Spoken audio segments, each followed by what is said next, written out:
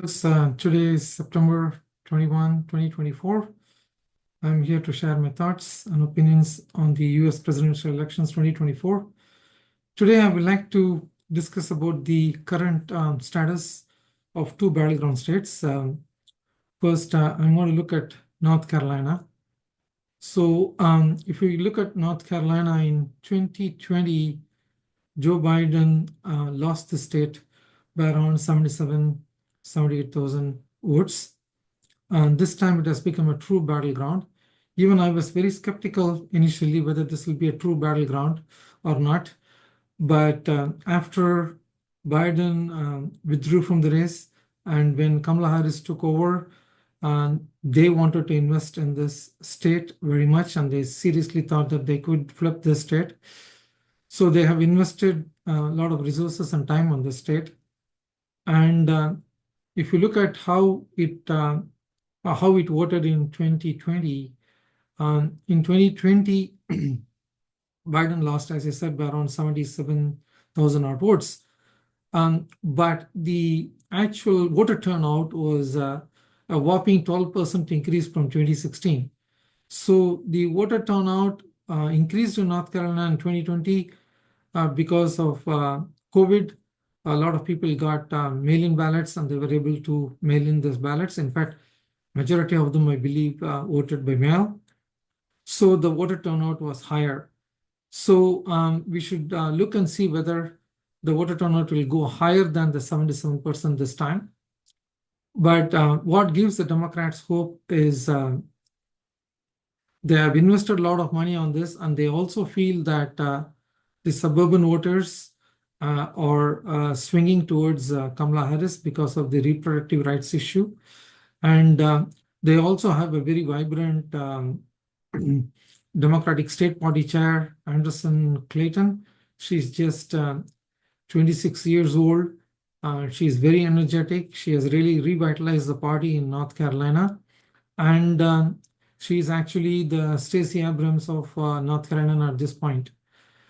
So for Kamala Harris to win, she has to do well in those big cities and the suburbs of the cities.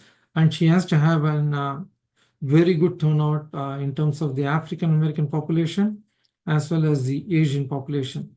So if we can get that and minimize her losses in the rural counties, I think she's in a very good position to win.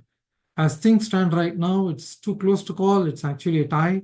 There is no clear winner in North Carolina at this juncture based on the polling that we see. But Kamala Harris has a very real chance of picking up this state if she invests more resources in the state, and if she does better than Biden in some of those western counties which are not truly red. Most of the western counties in North Carolina are kind of red, but there are still some purple counties, 3 or 4, I believe.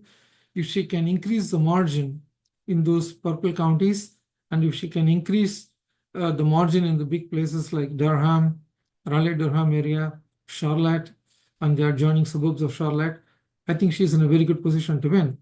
From Donald Trump's perspective, I think he needs to do very well on the western North Carolina.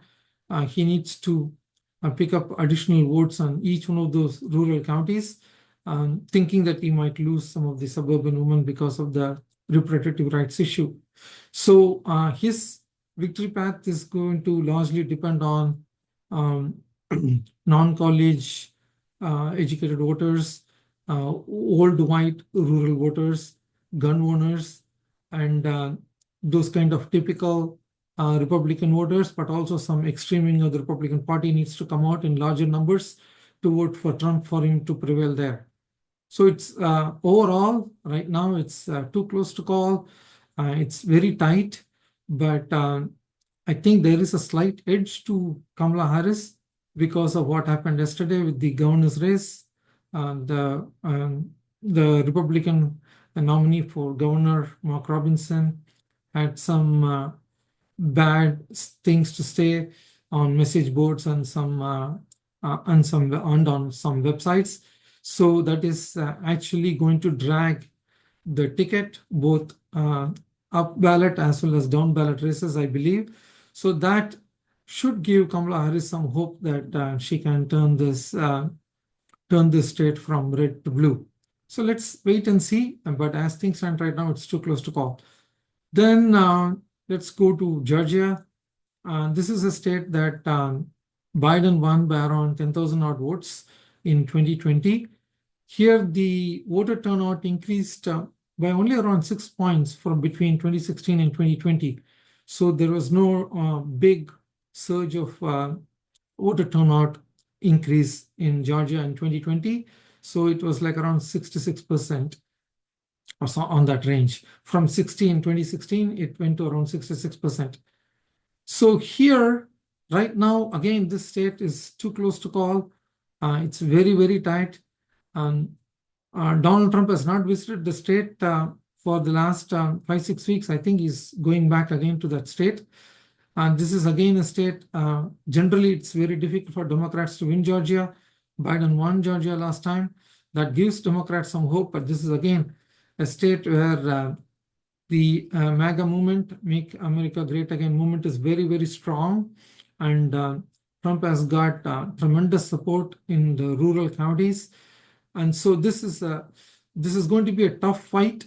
It's going to be a difficult fight as well. But for Kamala Harris to prevail, she needs to increase the turnout among African Americans and Asians, again, just like in North Carolina.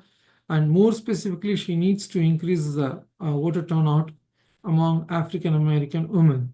That's very, very important for her, especially in Georgia. And also, they're making a huge investment on younger voters in Georgia. They also registered a lot of younger voters in Georgia.